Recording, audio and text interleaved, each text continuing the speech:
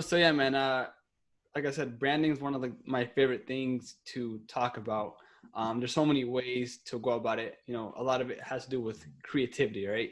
And I was on your website, and I saw that creativity is what helps you with your branding and your marketing.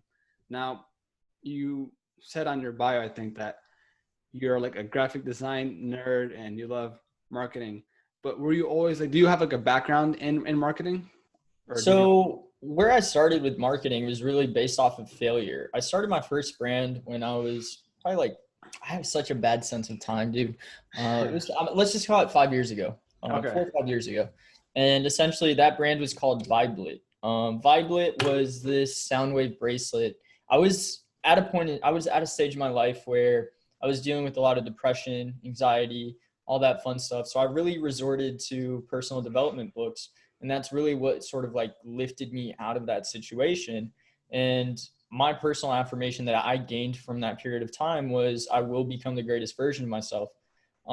So little by little, I went through this phase where I wanted to get that phrase tattooed on myself, but tattoos weren't really my aesthetic. Little by little, I was like, okay, how can I tweak it to make it more subtle? And I thought, oh shit, maybe a sound wave. That would be cool, right? So long story short, I'm at the tattoo parlor about to go through with it. And yeah, I just pussied out, dude. I just couldn't do that. Am I allowed to say that? No, no, Yeah. yeah. Wait. Where were you gonna get the tattoo though? On your chest? It was gonna, Or I neck? was gonna be on my wrist, because Oh, a lot of people don't know, but the wrists are actually the most receptive points of energy in the body. So I thought that that was like a really neat place to get it. Anyways, didn't go through with it. Like a week later, I was like, why don't I just turn it into a bracelet? And yeah, Viblet was born. Really cool, little nifty idea behind it. At the time, I kind of launched with a very low budget, actually. Um, but branding was an integral part of it. I drew inspiration from some of my favorite brands and found a way to just integrate it into the bracelet as well. And it turned out to be really neat looking. But long story short, I failed miserably at that brand simply because of my lack of knowledge in digital marketing. That was my biggest flaw. Once I started, I was like, yeah, all I need is like an Instagram page, Facebook page, and dude, I am set. I'm good to go. I'm gonna make some big bags. Unfortunately, that was not the case, and my weakness in digital marketing and paid ads specifically was kind of like what woke me up to this space, and it made me realize, shit, I need to work on this weakness. And by working on that weakness, I found a new passion, and that's really what introduced me into the entire digital marketing space. And fast forward to now, and here I am. so you kind of found like an interest between in that project that you were working on, right? Making the Yeah, bracelet. absolutely. Absolutely. Definitely something I want to revisit in the next coming years, when I'm more prepared and more knowledgeable. But that was sort of like the catalyst that, yeah, that's like introduced me to digital marketing. I think that's one of the coolest things where, a lot of people have problems finding their interests, finding their passions, and it might be really easy. You can really like BS or lie to yourself, like, oh, I love this, but in reality, you don't, and it's really easy to lie to yourself. And the fact that you tried something new, creating a business, try to sell your bracelet, you found a passion along the way, a true interest along the way, and through that, you kind of continued along that path of doing that. For And I sure. think a lot of people who are listening, it's important to try new things to find what you really love, because who knows, you might be the best guitar player in the world, the best piano player, the best soccer player. I don't know. You just got to try new things and discover what you're really good at Yeah. and what you love. Yeah, you have to unravel that hidden passion and that hidden talent for sure. And the only way to do so is through action. Like Yeah. nothing's going to happen if you're just sitting on your ass, right? But if you're progressively working towards something, whether it works out or it doesn't, you're going to find all these hidden gems along the way. And it's not even that you had to be good at it. It's just that you love it so much that you become good at it, right? And now Yeah, you just went put it along with branding and marketing. for sure. Yeah, it's just a matter of putting in the time, and little by little, you get better at it, whether you Hmm. want to or not. It's just a So practice. in your case, did you use a lot of graphic design tools? Like, what did you learn specifically to improve your skills? Entirely self-taught, dude. I'm super reliant on YouTube and Google specifically.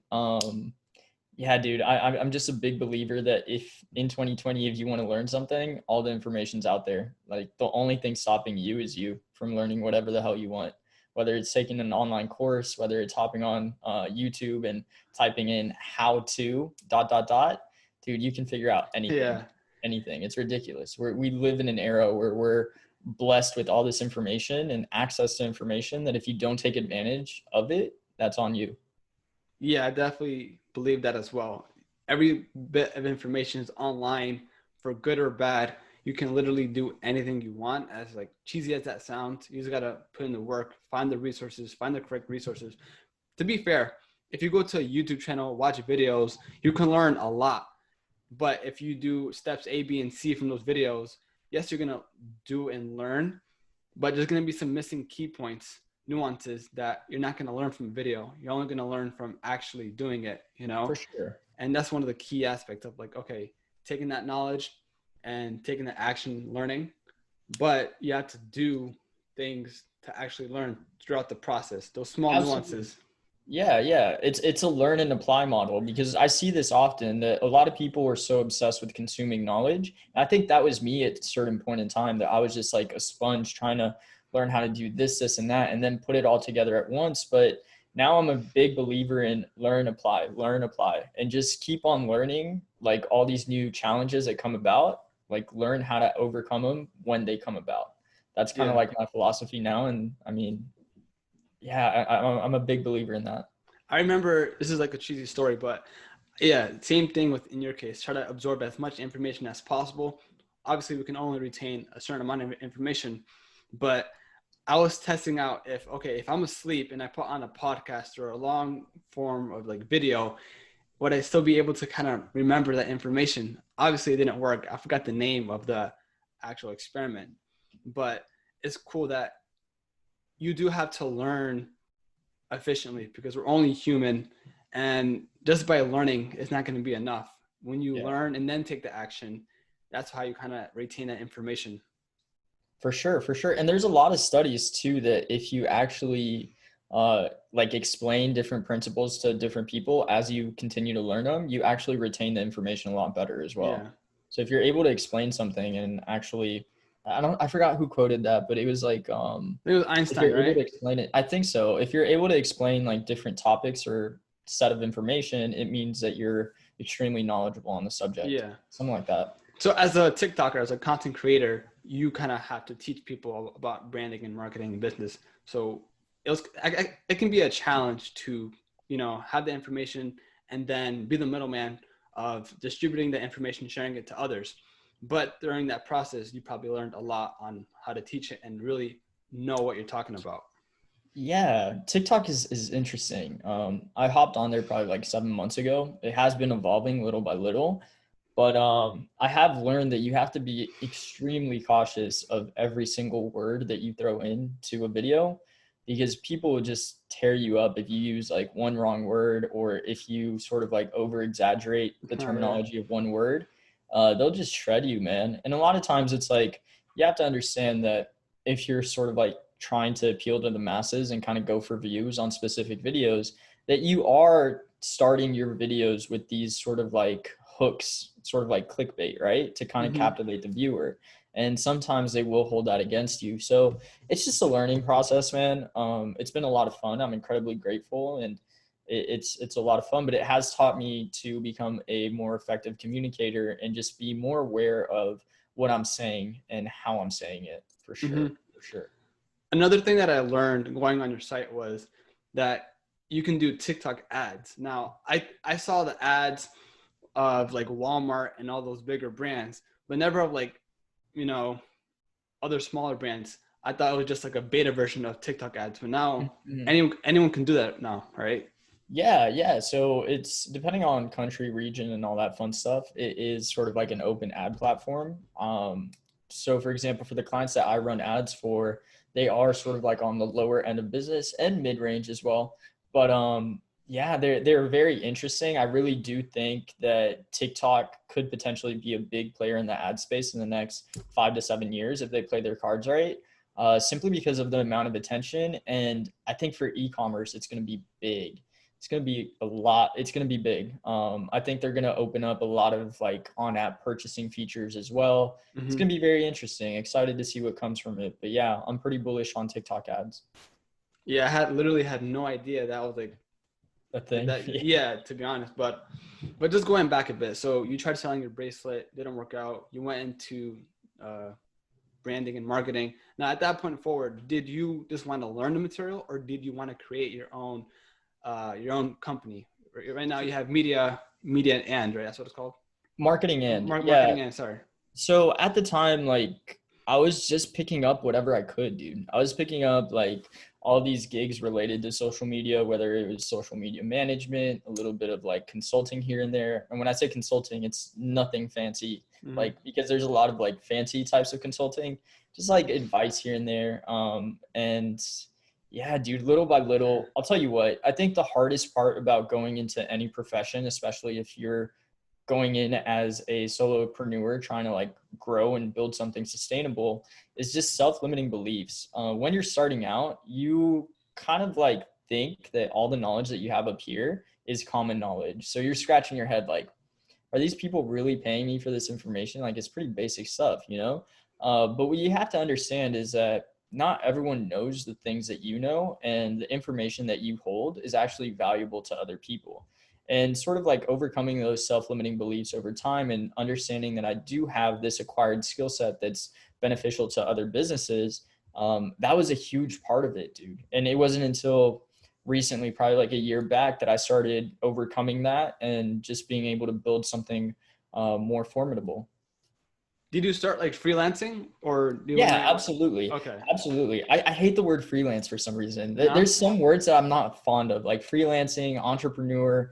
I just don't like those words too much. So what do you say? What do you think is a better I term just for call it? it like solopreneuring. Okay. I don't know why, man. There's just certain words that kind of like not bother me, but they have like this.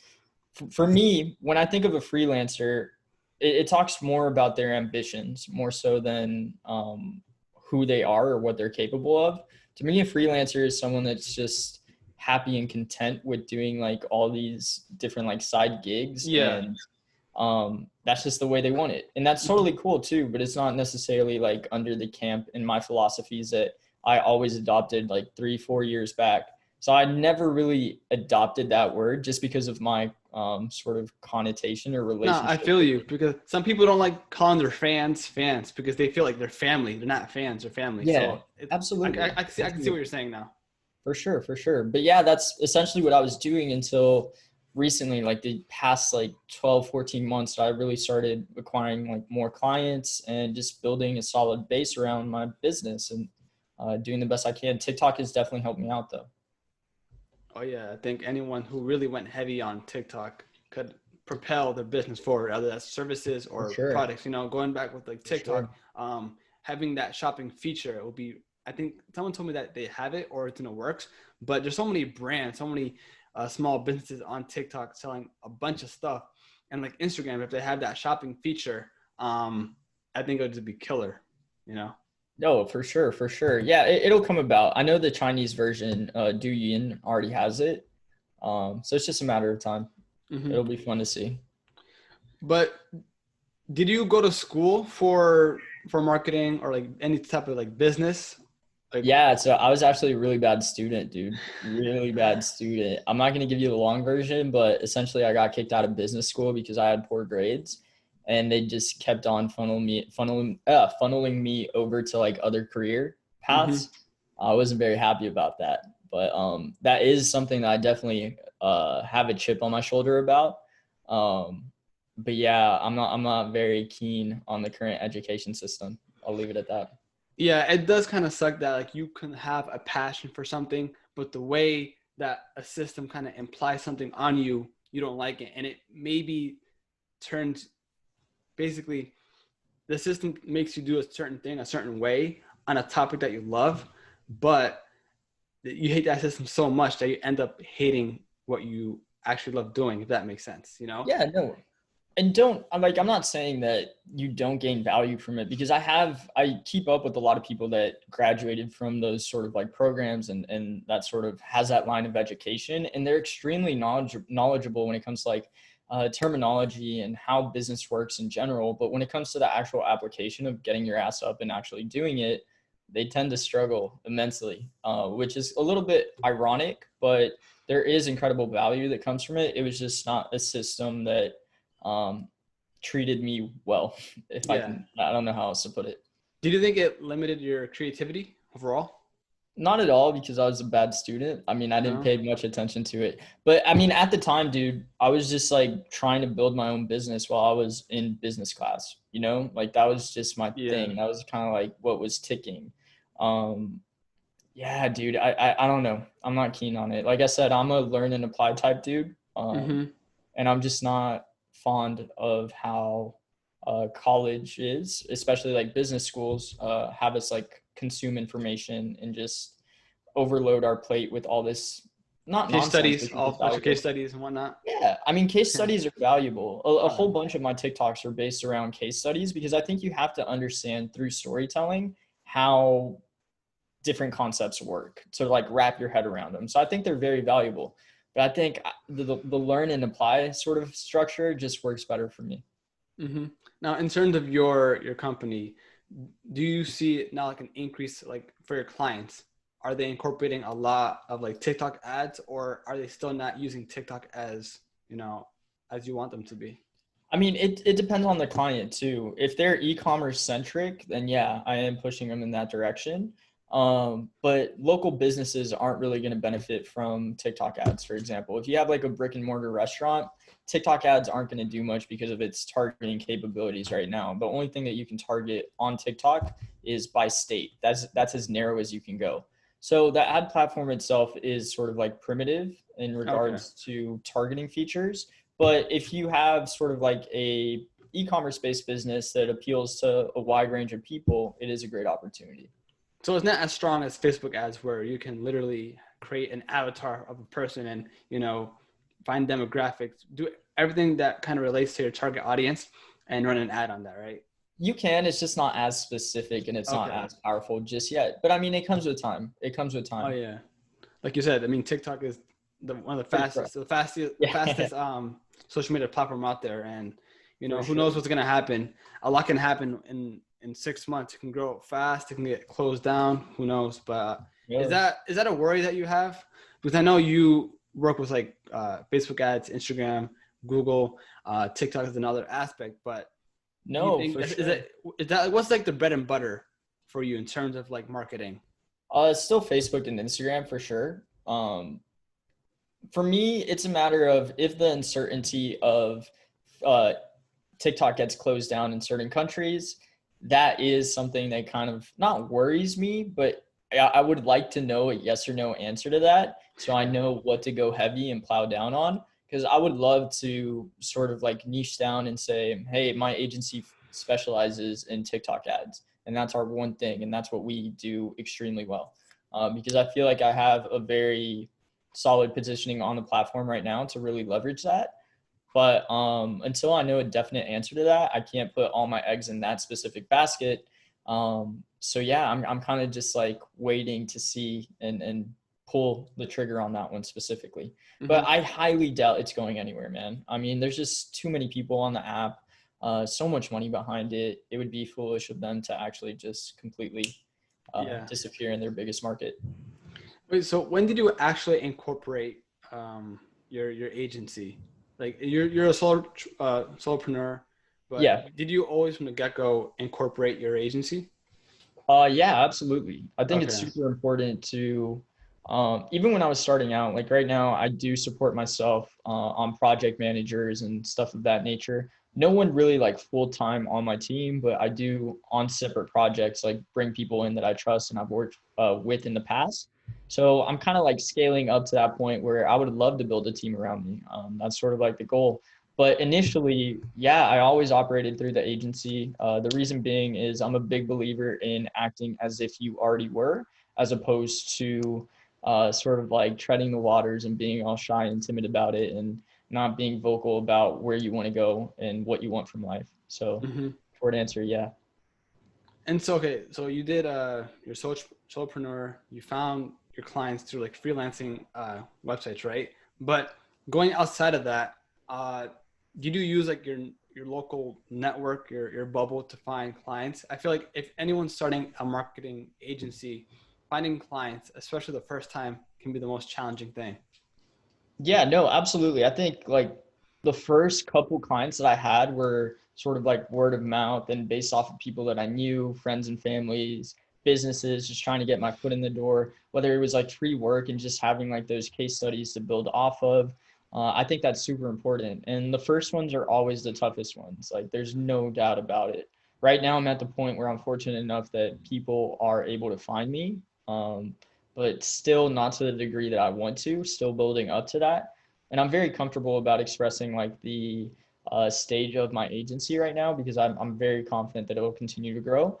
But yeah, the first cut is the deepest, man. Getting those first couple Mm-hmm. clients, even if you have a lot of people are opposed to free work and they'll be like, no, you shouldn't necessarily do free work. But my sort of philosophy is like, dude, don't do free work because you don't value your work. Do free work to build up your own confidence and prove that you're actually able to get results for people. That's sort of my camp and my philosophy when it comes to free work. Mm-hmm.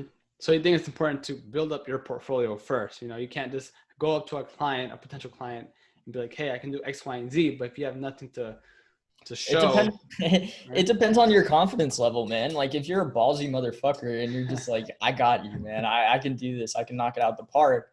If you fall flat on your face, you're gonna look like an idiot. But if you pull it Yeah. off, then bravo, right? But it all depends on what your confidence level is. Like at the end of the day, I think that's what it comes down to, just how confident you are in your own ability to produce results.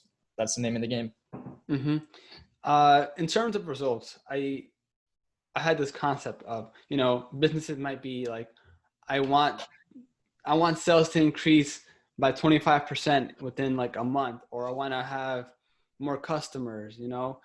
Realistically, you're not going to really get that, right? It Right depends. away. You can't really guarantee that, right? You have to make sure that Oh the no, business no. owner is basically knows the process of it doesn't go down like that basically. Yeah, no, that's one of the hardest things too that you have to understand in this line of work that you can't necessarily guarantee any type of results. You can be confident in what you can achieve, but you can never say, "Yeah, I'm going to get you X amount of sales this month," right?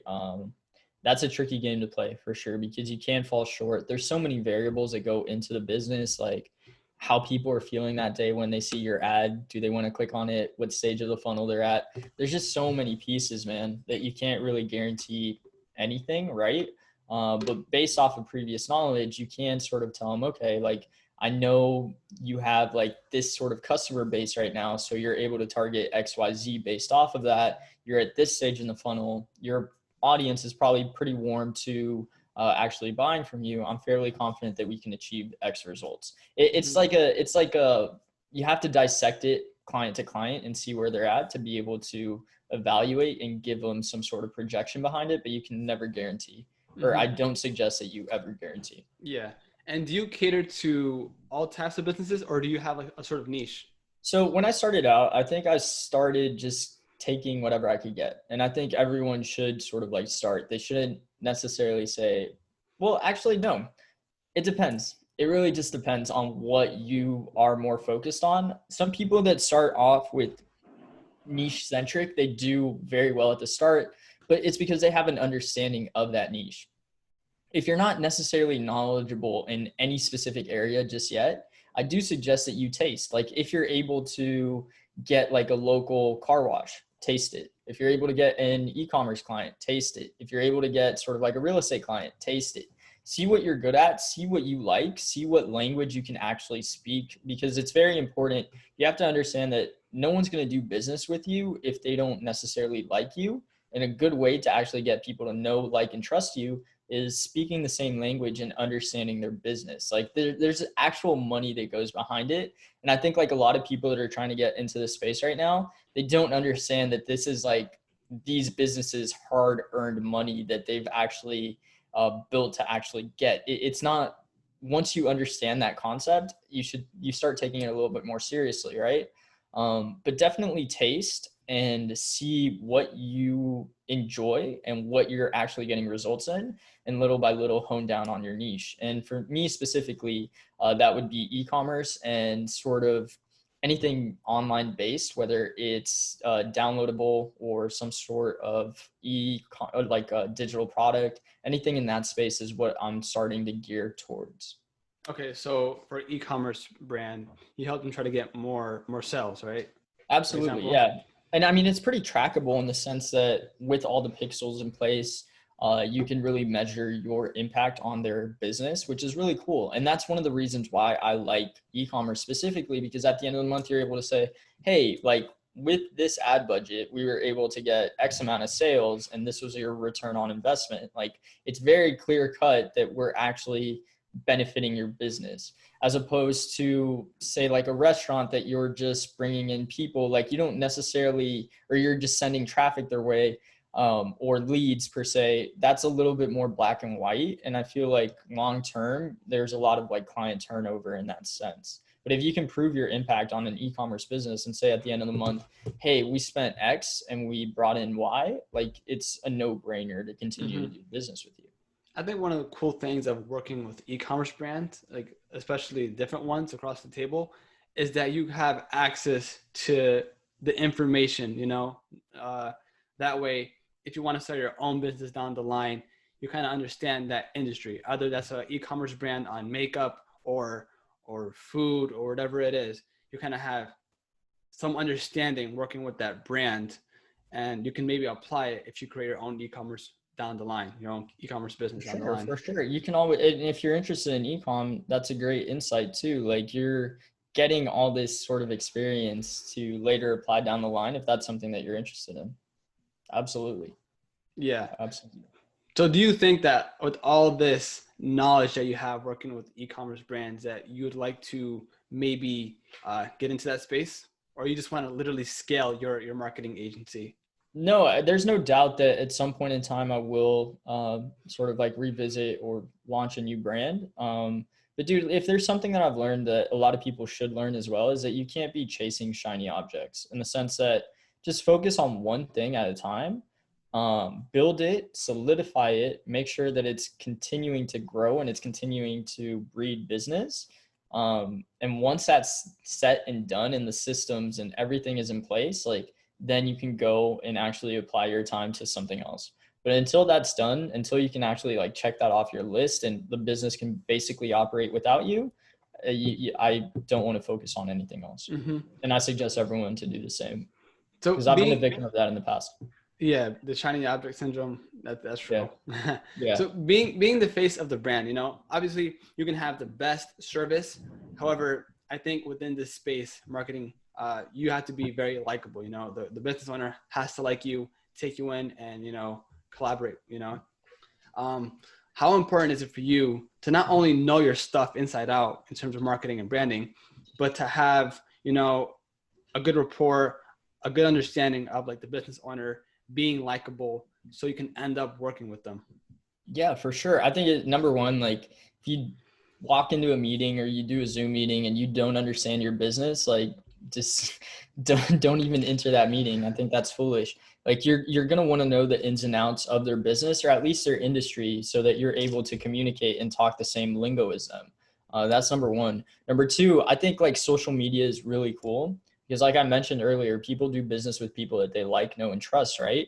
And social media is able to sort of like break down that barrier of you're a complete stranger to, oh, I've seen your content multiple times. Like, I like what you're putting out. I like your personality. I like your tone. Like it sort of like gets you acquainted with strangers, which is really, really cool.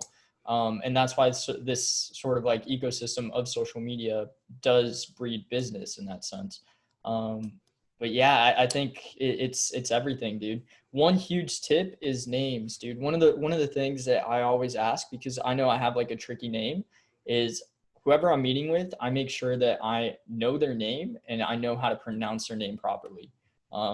Because it's just like one of those micro things. I've had my name pronounced like incorrectly in meetings before, and it just like turns me away 100%. So that's just like a very fractional, like super mini thing. And it's all those like micro things that actually could lead up to a potential sale. It's those little details when it comes to likability. Yeah, I definitely do believe in that as well. Some people may have super long super long names, and everyone has a nickname for that person. And, Yeah. you know, if 3 or 4 years, you know, going by that nickname, he or she gets very used to it. But if you call that person by their actual name, I think they'll be very surprised and happy that For someone sure. kind For of sure. took the time to learn their name. For sure. And remember the name. That's another one.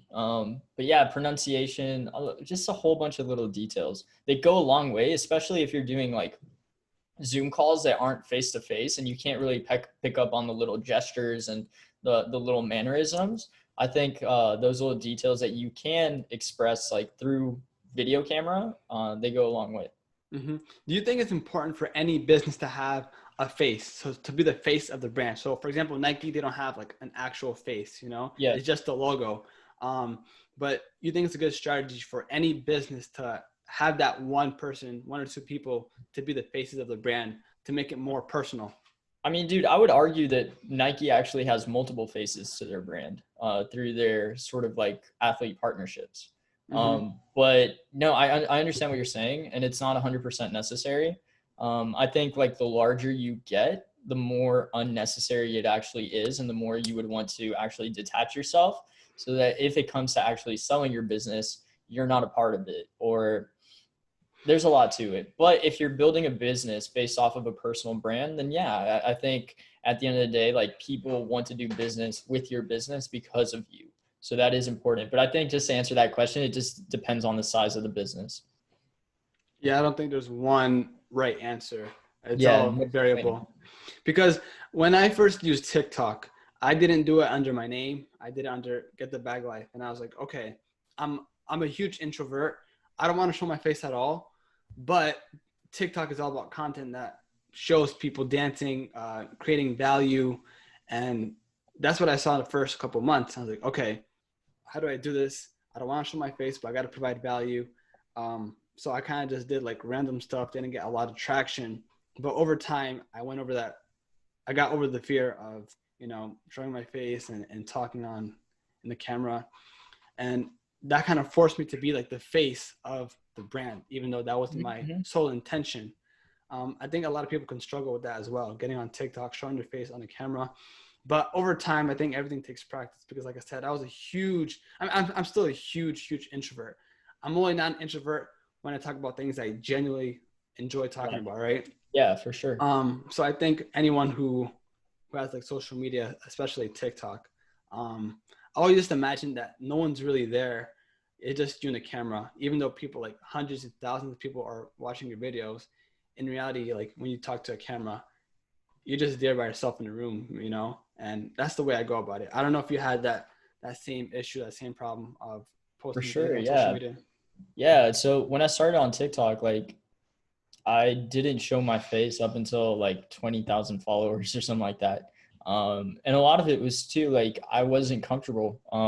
It's just something that you kind of get over, you get better over time. Like if I go back to my old videos, I noticed just how like stiff I was, and little by little, you just get more comfortable.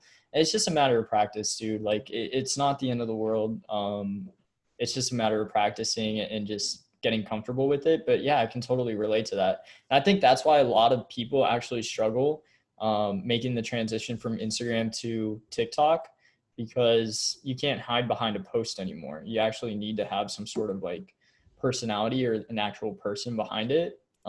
So yeah, I feel like there's a lot of resistance between Instagram and TikTok because of that. Yeah.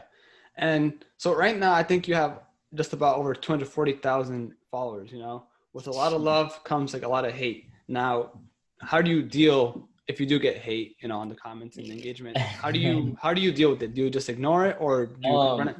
no, dude. Sometimes I'm petty as fuck. I'm new to this, dude. So I sometimes it gets the best of me. But what really helps is focusing on the love, not the hate. Because like for example, one of my recent videos, it did well, and I was getting a lot of backlash for it, backlash that I didn't necessarily agree with. So at times I would get petty until I got to the point that I read the actual comments, and the comments that were meaningful, and there were so many more that were loving and supportive and good and genuine, as opposed to the fractional bit that was actually negative. And I was like, dude, it's all a matter of perspective. Like you're choosing to focus on this little percentage that's actually giving you hate, as opposed to the people that are being supportive. Why not just comment back on the people that are being supportive and give back in that regard, right?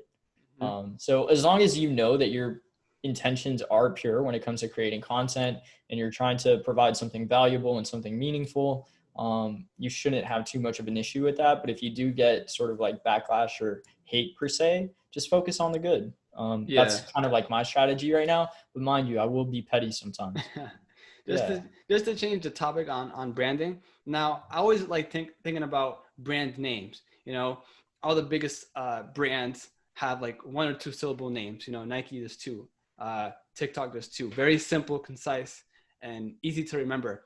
Do Yeah. you think it's okay to overthink your brand name, or is it just a complete waste of time and all that matters is the content?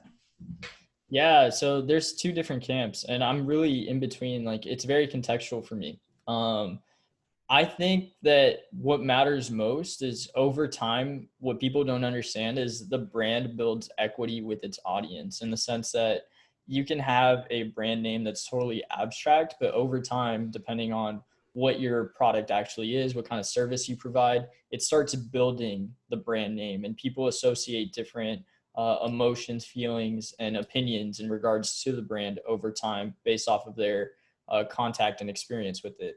So is it the most important thing in the world? No, but is it better to have a name that actually resonates, or at least aligns with the concept of your brand? I believe so, yes, to a certain degree. And But in I do terms know of that it builds equity over time. the actual brand name, now should it be something that directly correlates to what your industry is? Let's think about, for like an example, what Nike, uh, it's the goddess of what? I forgot. But basically, if you're going to create a company or a business around, landscaping, landscaping.com would be perfect because that exemplifies what you're doing. But if you're calling it uh, green.com, it is not really, there's a subliminal message behind it, but it's not saying, oh, this is what we do. Point is it important to have a name that directly correlates to what you're doing, or what? Or maybe I'm just overthinking it. So no, you're not. I actually read a book about this. It's called the 22 laws, the 11 immutable laws of branding. And it's actually very contrary to belief. Like you said that landscaping.com would be extremely effective. It's actually not. It's the other way around. It would get lost in the sauce because it has like no identity behind it. In the sense that it would be like books.com. Amazon is more effective when it comes to that. Even like Barnes and Nobles, it's not called bookstore.com. You know what I mean? So even my brand name is kind of like counterintuitive in that regard. But I did establish that sort of like brand name before I actually learned about this. But yeah, as you create a brand name, you don't necessarily have to associate it with whatever you do. It's like, for example, you open a restaurant, Panda Express, you call it China Express or Chinese Food Express. See how it kind of like loses that value because it becomes generalized. Yeah. So when it comes to actually building a brand name, it's actually better to have something that's a little bit more on the abstract side, and over time you build brand equity. Like as people are exposed to it, as long as it has like a slight hint or a tonality of in regards to what you actually provide, it would be better, but it's not absolutely necessary. No. Yeah, I do agree. I think just the initial phase, talking about Panda Express, for example, people are going to be like, Panda Express, that Chinese food, like, what the heck is it? Mm-hmm. It's like, is it like a transportation system for pandas? I don't know. But as you build that brand equity with content, people For kind of sure. just know about what it is, Yeah, it's like all brands, man. They don't hatch overnight. It's over time that you actually gain exposure to it and you understand and you form your own opinion around it, which is essentially what a brand is. Like, have you ever heard the expression of whenever someone does something that's very like native to their personality, people say, "Oh, that's on brand." Oh, yeah, yeah. Yeah, that's Hmm. essentially the same thing when it comes to businesses. Okay, I think I get it now. Yeah. In terms of like now the color palette of a brand, that can be really, those can be things that a lot of business owners get confused about, overthink. Should I use 5 colors, 3 colors? And in your opinion, from what you've seen from other businesses, what combination of colors or how many colors should a brand be acquainted with? Is there one too many, or is it just a good idea just to have two or three? So there's no right or wrong answer to that. For me, it's more so, does your logo identity work without color? I think that's more important. Say for example, if you take like the overall emblem of McDonald's, are you still able to recognize it despite it not having color? That's like the sign of a strong identity or a strong mark. Now, when it comes to color, obviously you do want to implement color psychology behind it. But you also have to take into consideration, depending on whether it's a sort of like local or a international brand, there are different colors that associate different meanings to them. So it's super contextual, dude. But I think the best piece of advice I can give people there is make sure that your brand isn't totally dependent on a color, or your logo identity, better said, is dependent on a color. I think that's more important than anything else. I was watching this video on Starbucks and how unpopular it was in Australia. Now, living in America, we think, oh, Starbucks is literally the best coffee company in the world. Literally everyone in the world should know what Starbucks is. However, the case goes that in Australia, Starbucks went way too heavy, opening way too many stores in Australia. And as a result, because they try to go in there through brute force, the Australian consumer didn't have enough time to build a taste for it, organically at least. And I always thought like, oh, a brand as big as Starbucks should enter any country and just kill it. But that's not the case, and it's really brought a perspective of like even the big guys, even the big boys with their brands, they take a lot of L's and nothing's guaranteed, especially if you take your business offshores. For sure. They take a massive amount of L's, but they have the pockets to support it and test and do research. That's why it's actually so cool to actually like take those case studies and learn from them, because you can apply like micro doses of them to your own specific brand, because chances are you're not going to have the capital that a Coca-Cola, a Starbucks has to actually experiment and test those things. So that's why I am a fan of sort of like dissecting those case studies and understanding why it works or why it doesn't work. So that's really cool. But yeah, man, I mean, every brand is different. There's no guaranteed things in this business. Yeah. Do you have like a favorite marketing story or brand? Like for example, like the new Coca-Cola, once they switched back flavors, everyone went nuts and it was horrible campaign. They lost mad money. I don't think I have a favorite. The most recent one would be sort of like the one that I'm really drawn to is the Charlie and Dunkin' Donuts one. I think that one's great. Oh, yeah. I made a video about that this morning, and essentially my sort of philosophy behind the genius of it is, dude, they're targeting young kids. They're targeting teenagers essentially, right? Because you have to understand that Charlie's audience is probably anywhere between like 10 to 18 maybe. And you have to understand that coffee at its core is sort of like a legal drug in the sense that we do become addicted to the caffeine. So if you think about getting a 12-year-old kid hooked on coffee at 12 years old, and a year from now, the Charlie doesn't exist, but that was like their first touch point with coffee was Dunkin' Donuts, chances are you just created a lifetime customer out of them. And even though the Charlie drink doesn't necessarily exist, if it is a limited time offer, they're going to go back to Dunkin' Donuts and potentially recreate that same drink. And they already have like affinity and sort of like fandom with Dunkin' Donuts. So starting them off young is huge. And I think it's a very clever campaign in that sense. Yeah, I remember in high school, if you had a cup of coffee in class, you're literally like the coolest person. Now, now Charlie just like doing that times a million, because they're just making coffee a lot more cooler. Now that reminds me of the Travis Scott and the McDonald's collaboration. That's like so weird, but so cool. Even with Oreo and Supreme, like that's so weird. But now you see these brands kind of doing like cool things, and I think it's working. I haven't looked into the numbers, obviously, but it's really cool to see two brands are so far apart from each other, yet they're, joining forces. And what's interesting, dude? If you like look back in the last like 10 years, you'll notice how sort of like influencers are shifting from like clothes, for example. Merchandise is a big thing, right? But now these sort of like influencers are shifting towards consumable products like the McDonald's and Travis Scott and Charlie with Dunkin'. And you have to understand that over time, these consumable products, they add up. Like the sort of like average customer lifetime value is a lot higher than a one-time purchase of a shirt, Mm-hmm. which is really interesting. And it's really interesting that they have influence in that specific market as well. For sure. I just wonder how many Oreos were sold with the Supreme collaboration. Yeah, that's crazy. It's That's like red crazy. Oreos. I used to be Supreme is still addicted. an enigma to me. I don't understand like what was the tipping point. I'd really like to know, but yeah, that's an enigma. Yeah, a little like weird, but I'm more of like a Chips Ahoy person. I would have been more hyped if it was Chips Ahoy and Supreme. But yeah, I grew up eating Chips Ahoy. Very So cool. so you're right now, are you the sole face? Are you just working, are you by yourself in your agency, or do you have Yeah, so I am VAs? solopreneuring it. I am in the process of hiring a VA right now as we speak. I'm going through sort of like a program to actually walk me through it.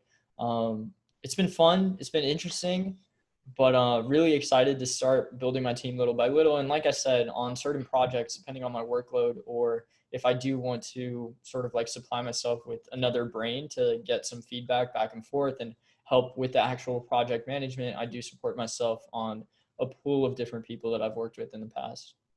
Yeah, I think for any business, not just a marketing agency, it's really important to hire people to scale. Only one person can only do so much, especially with the marketing agency. There's so many things you have to do, either that's talking to a client, doing the marketing, doing the branding. There's so many variables to take care of. And if you're Yeah, just one person, uh, you're going to limit yourself to 10, 20 clients, but you can't go higher than that. for sure. Um, For sure. another cool thing that I found on your site, it's like, yeah, going back to free work, I think that's a very important thing to do to build up your portfolio, build up your confidence. But when you provide content on your TikTok and your Instagram, you're providing free value.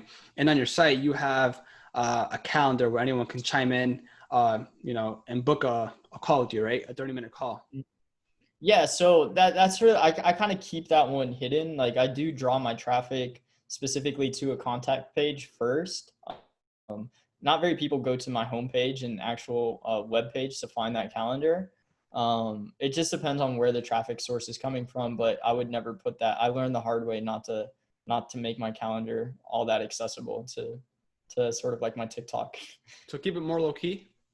Yeah, definitely. Like I said, I don't funnel a lot of people over to my homepage, and if they do, it's sort of like a direct link type deal. Yeah. Um, I haven't really worked on SEO for my business, so there is very little sort of like organic discoverability to it. So I know where my traffic is coming from, and for the time being, that's okay by me. Definitely want to work on SEO and learn more about that. But yeah, sort of, I do have my traffic go to a contact form where they tell me a little bit more about what I can help them with.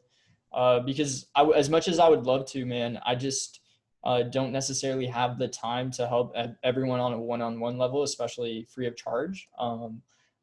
But I do encourage people to resort to my content or maybe send me a DM and see if there's any way that I can help them, because there have been so many instances where I'm happy to take on a call and just give some feedback and some back and forth. But Yeah. unfortunately, just due to time and just sort of like decision fatigue, I can't do that for everyone. No, that's a good idea. I was just thinking about it. Like, if you go on TikTok and you put your calls on blast, you can have a whole bunch of people calling you. However, if you keep it more low key, and the people that end up finding your website and your call center, that means that they're actually a lot more serious because they took the time to look you up, look at your Yeah. website, and then scroll down and find that, right? Yeah, no, and with the contact forms, you get a good idea of whether or not they would potentially be a client.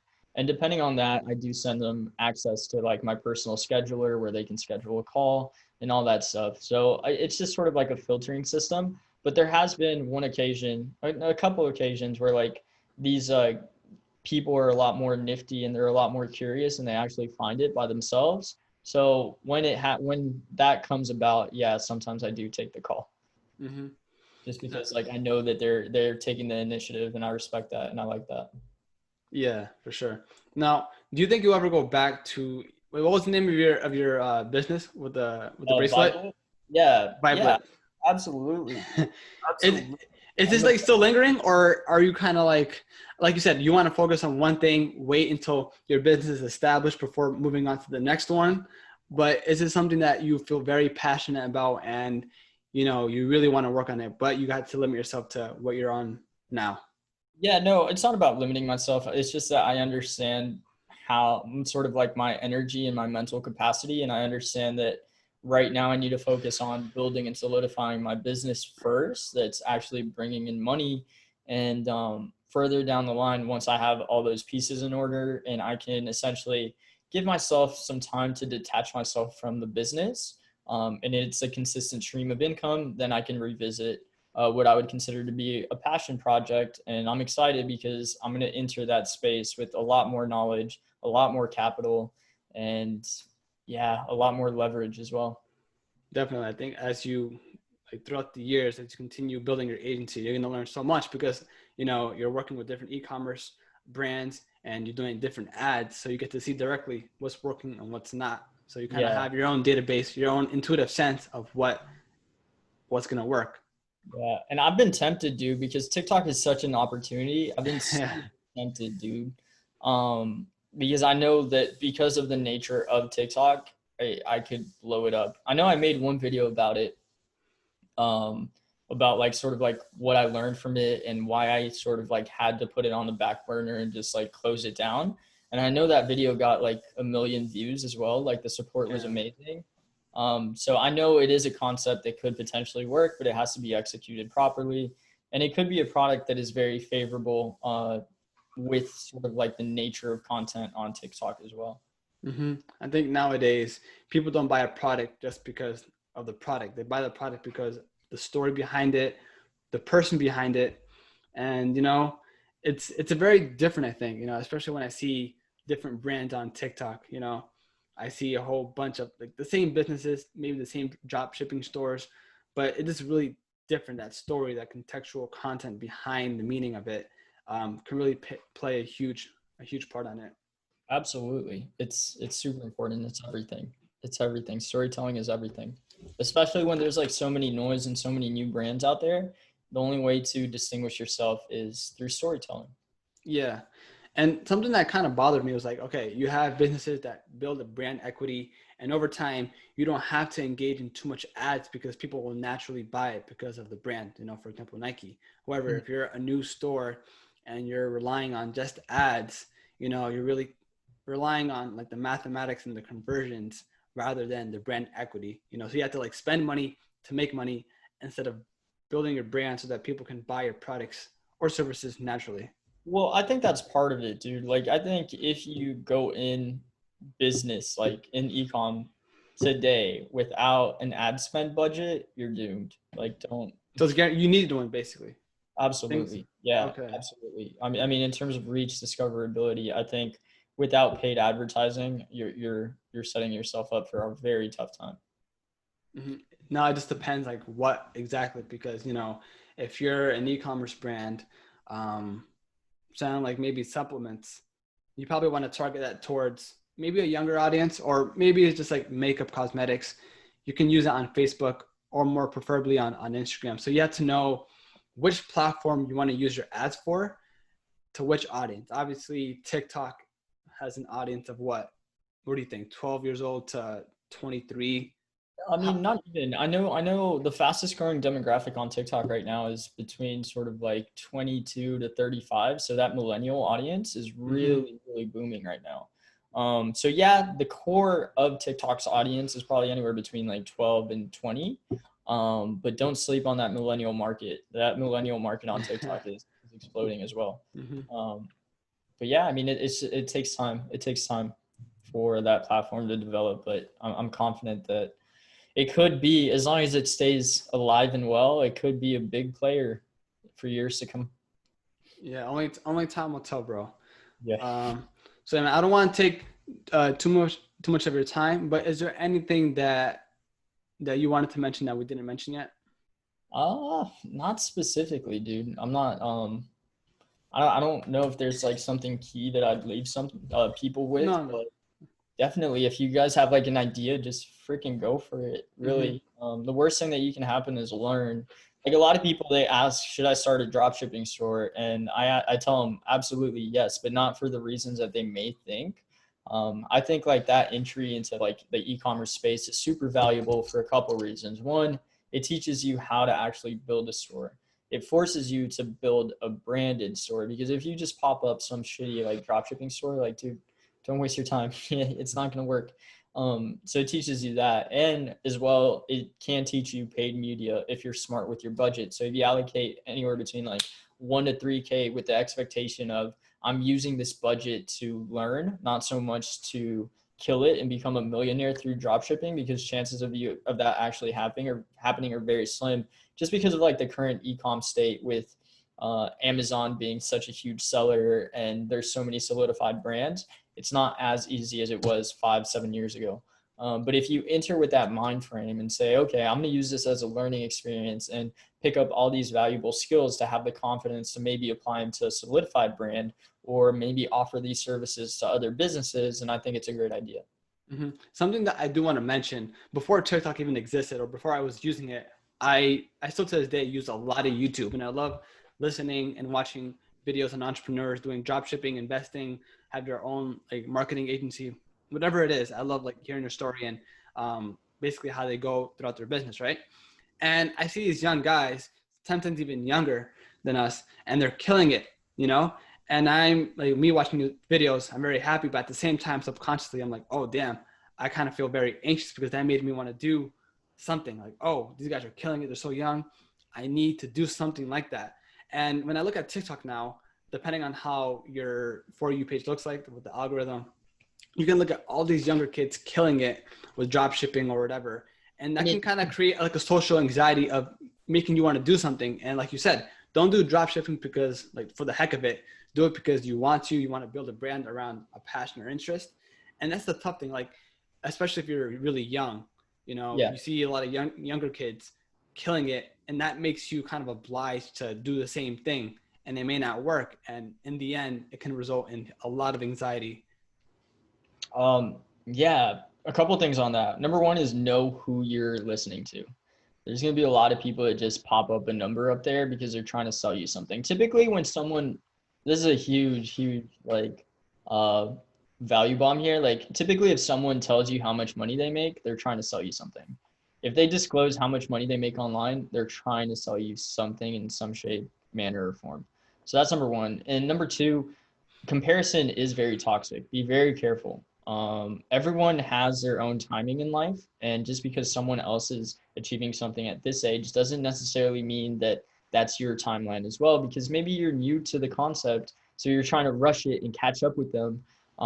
And that's where you flop, because you're not knowledgeable enough on the subject, or you don't have the experience. Sometimes people just start off younger, and that's just the way it is. Like, you can't hold that against yourself. Also, never use comparison in a negative way. If you do compare yourself to someone else, draw inspiration from it. Never use it as a standard of, this is where I should be in life. More so use it as, if they can do it, why the fuck can't I do it? Mm-hmm. That's like the two pieces of advice I give in regards to that. But definitely, if you're using it to motivate and inspire, by all means, move forward with that. Yeah, I think that's definitely a good way to put it. So yeah, bro, where can people find you? Where can they hit you up? And actually, one more thing, you have I know you're heavy on Instagram and TikTok, and you also have a YouTube channel, right? I don't post much on my YouTube channel. On my YouTube channel, you will catch more tactical stuff. I'm going to be posting a lot of TikTok ad content on how to actually run ads on the platform. And if you're interested in learning that, I think if and as long as the platform stays alive, there's going to be a massive amount of opportunity in that regard. So I'm very happy to share basically like my processes on how to set up effective ad campaigns and all that fun stuff. So if you want to learn about that, definitely check me out on YouTube. You can find that link in my bio on both my Instagram and my TikTok. Cool. Yeah, I'll put that in the show notes. In terms, so you have Instagram, TikTok, YouTube, anything other social Yeah, media platforms that you use? LinkedIn, but I'm not too active on there. TikTok Okay. is the most active platform for sure. All right. Yeah. So I'll put all those sites, all the links on the show notes, including your website. And yeah, bro, it's a pleasure talking to you. Thanks for having me, dude. All right, man. So I'll definitely notify you once like the podcast is uploaded. And yeah, I really appreciate you being here, bro. For sure. For sure. I'll talk to you soon. All right, man.